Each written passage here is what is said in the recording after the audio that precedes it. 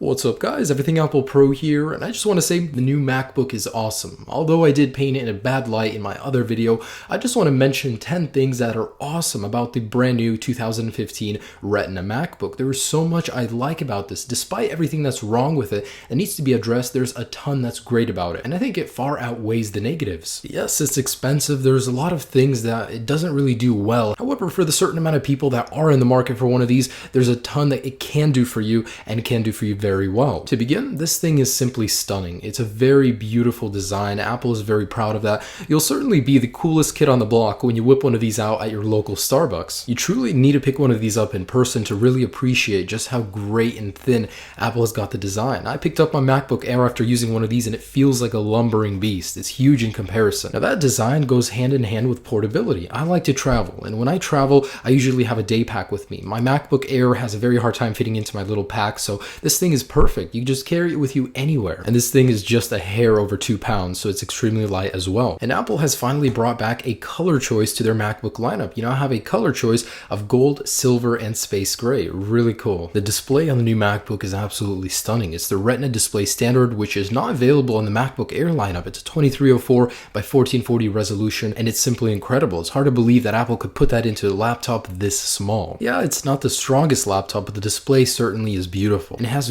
great viewing angles, so this thing all around is an absolutely stunning display. Battery life on the new MacBook is impressive. It's always a challenge fitting in a good amount of battery on a design so small. Yeah, Apple has created these layers of batteries which they stacked on each other, and they promise about 9 hours of browsing and 10 hours of iTunes movie playback. The older MacBook Airs actually had a notorious issue where the hinge would crack, it wouldn't stay in place, and Apple has certainly upgraded the hinge on the new MacBook. It's fully one piece of metal, and there will be no more cracking. This thing really feels sturdy and stays in place well. Apple has upgraded the speakers in the new MacBook with a much better sounding stereo speaker set, and I gotta tell you, compared to a MacBook Air, not only is it more roomier, it's a little bit louder, but it's more crisp and clear as well, less of a tinny noise. And talking about sound, you'll no longer hear a fan, well, because there isn't one. Apple has removed it because of the new Intel Core M processor, which is a very cool running processor, and this thing really never overheats. The new force click trackpad with that vibrate motor underneath it is really neat. It opens up new opportunities for a third input source. You now have a right click,